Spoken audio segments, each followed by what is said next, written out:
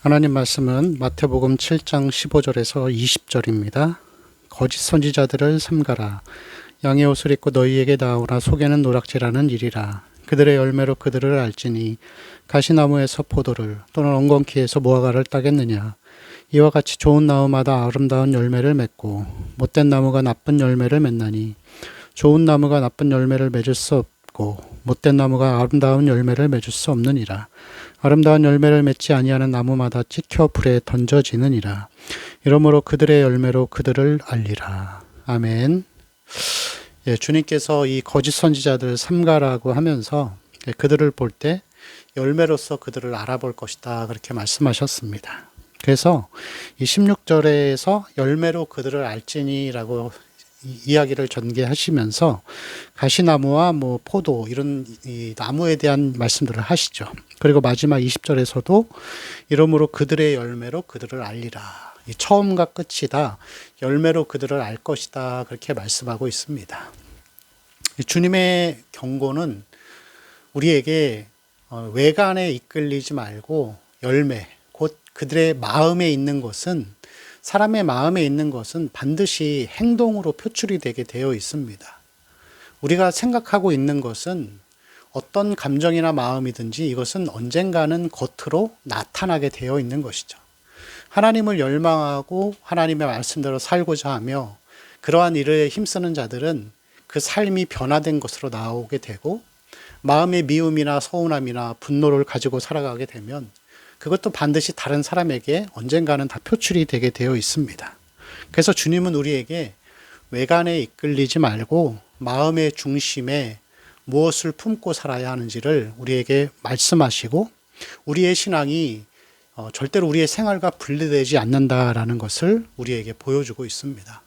여러분, 외관에 이끌리면은 사람은 외모를 먼저 보죠. 그래서 우리가 교회를 볼 때나 아니면 이 거짓 선지자로 불리어지는 이 목회자들을 볼 때도 그 외관을 보고 평가를 할 때가 많습니다. 여러분, 근데 생각해 보시면 여러분 주위에, 우리 주위의 목회자들이 막 인상이 막 이렇게 험악하고 험한 말을 하고 불친절하고 그런 분들이 있나요? 없습니다. 다 온유해 보이시고 좋은 말 쓰고 험한 말 하지 않고 다 그런 모습으로 보인다는 거죠. 그렇지만 그 외적인 것 때문에 그분들을 믿고 신뢰할 것이 아니라 주님께서는 마음의 중심, 그분이 하는 목회나 아니면 그 교회의 모습을 보면서 그것을 따라가라라고 하는 것입니다. 열매는 반드시 나타나게 되어 있습니다. 겉으로는 다 좋아 보일지라도 속으로는 바리새인들과 같이 돈 좋아하고 그런 목회자들도 있다는 것이죠. 그러면서 주님은 우리에게 이 열매로서 그것들을 살펴볼 것을 주의하고 또 말씀하고 있는 것입니다. 진짜 기독교의 적은 이단이나 우리를 박해하는 자들이 아니고 진짜 기독교의 적은 거짓 모습을 보여주려고 하는 기독교인들이라고 할 수가 있습니다. 그래서 이 거짓 선지자들의 모습을 보면은 좁은 길의 삶의 모습이 없어요.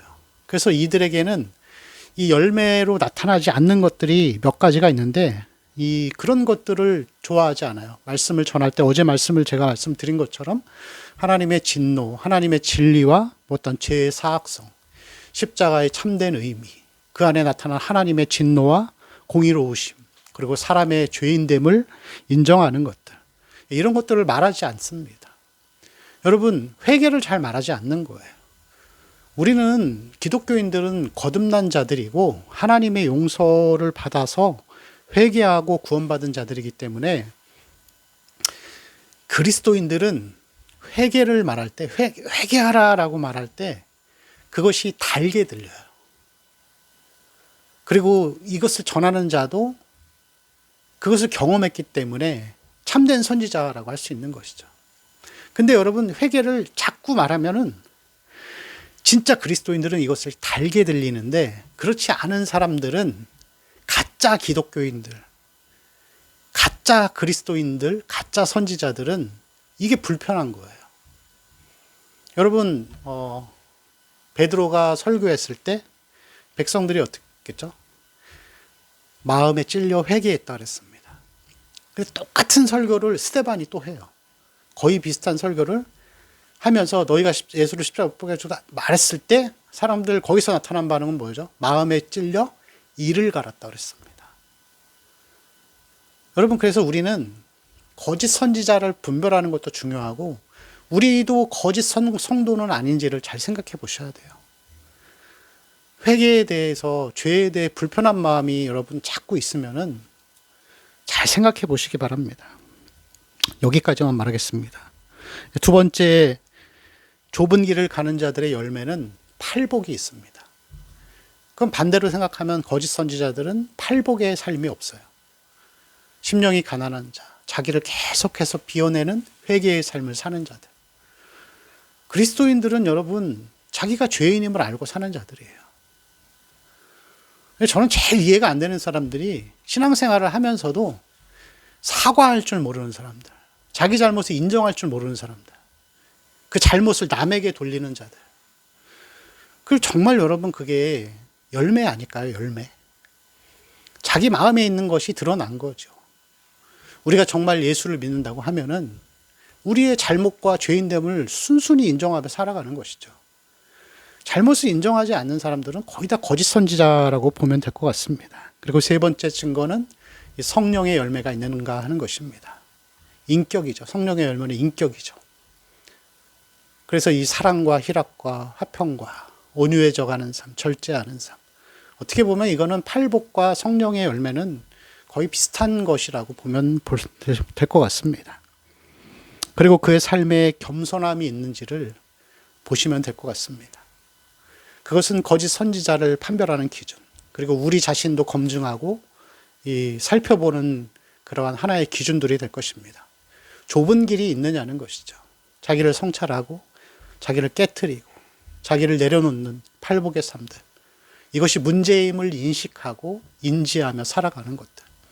그래서 당장에 그것들이 되진 않지만 그 좁은 길을 계속해서 걷기를 소망하고 바라는 자들이 참된 선지자이고 참된 성도의 삶이라고 할 수 있습니다. 그리고 여러분 19절에 보니까 이렇게 말씀하십니다. 아름다운 열매를 맺지 아니하는 나무마다 찍혀 불에 던져지느니라. 주님은 속임당하지 않으십니다.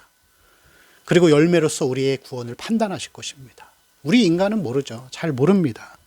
그러나 주님은 우리의 열매로서 우리가 구원받은 사람이고 이 길을 걸어가고 있는지를 다 알고 계십니다. 우리가 이러한 바른 분별력을 가지고서 이 좁은 길을 기쁨으로 걸어가고 또 거짓 선지자에게 현혹되지 않는 귀한 하루의 삶이 되시기를 축원합니다. 기도하겠습니다. 주여, 우리에게 열매로서 그 모든 것을 안다고 하셨사오니 겉모습에 현혹당하지 않게 하시고 외관을 중요시 여기는 것이 아니라 우리의 마음과 인격이 이 좁은 길을 걸어가고 있는지, 팔복의 열매와 성령의 열매와 또 겸손의 삶으로 나아가고 있는지 하나님 이것들을 볼 수 있는 지혜들을 허락하여 주옵소서. 감사하며 우리 주 예수님의 이름으로 기도합니다. 아멘.